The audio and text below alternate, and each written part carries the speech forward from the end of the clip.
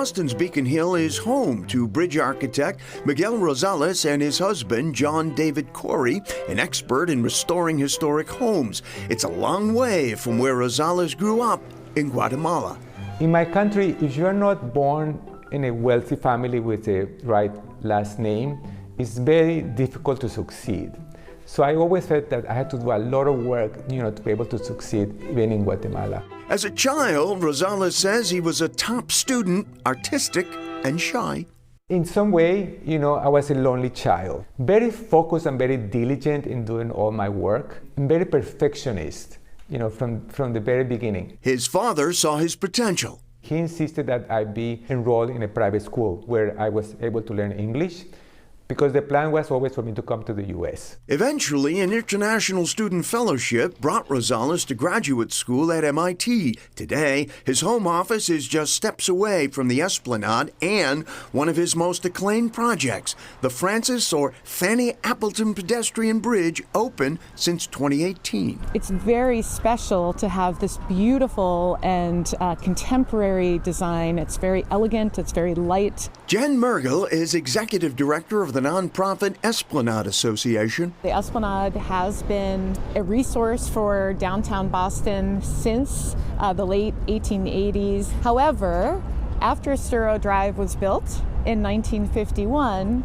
it cut off direct access between pedestrians or bicyclists and the riverfront. Today, the Esplanade has 7 footbridges, but the 750-foot-long Appleton is the only one that is ADA accessible. It's one of the longest in the Commonwealth for a footbridge. It's 14 feet wide. That's what the width should be for a shared-use path in Massachusetts.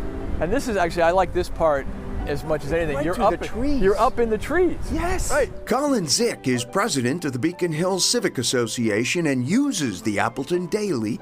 Plenty of room for bikes. We can see them, they're whizzing past us, no problem. Slow people, fast people, the grade is easy. This is used by people from all across the greater Boston area. This is a part of the transportation infrastructure just as much as the T is. Made of curved tubular steel, the Appleton is owned by the State Department of Conservation and Recreation. Its $12.5 million price tag was a good deal, says Zick. This job built by the lowest bidder.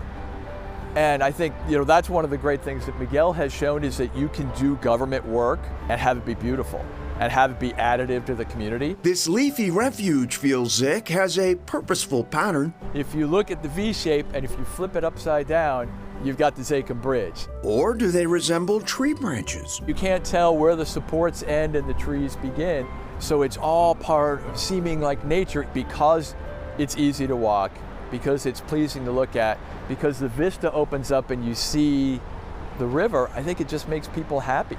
The Fanny Appleton Bridge is located in this spot for a reason. It's next to the Longfellow or Salt and Pepper Bridge, built in 1906. There's a little hint in the name that tells people, well, who's Fanny and who's Longfellow? In the mid-1800s, Fanny Appleton lived on Beacon Hill, captivating the heart of a poet and widower, Henry Wadsworth Longfellow. He wooed her over many years, and they married in 1843. Longfellow, during his courtship of Fanny, would cross from Craigie Street in Cambridge over the prior version of this bridge. He eventually wrote a poem called The Bridge about the West Boston Bridge, the prior version of this bridge that he walked over every day. Appleton passed away in 1861 after a tragic accidental fire that also injured Longfellow. He was devastated by her loss. In 1927, the bridge was named after him, and in recent years, guess who restored this beloved bridge?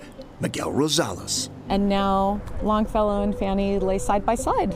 Hopefully for a very, very long time, helping many other people connect. Like an age-old love story, Rosales hopes his legacy will stand the test of time. I would like to be remembered as somebody that had a vision about making structures that people are proud of, something that enhance the environment, not detract from the environment, that they become part of the culture, part of the community.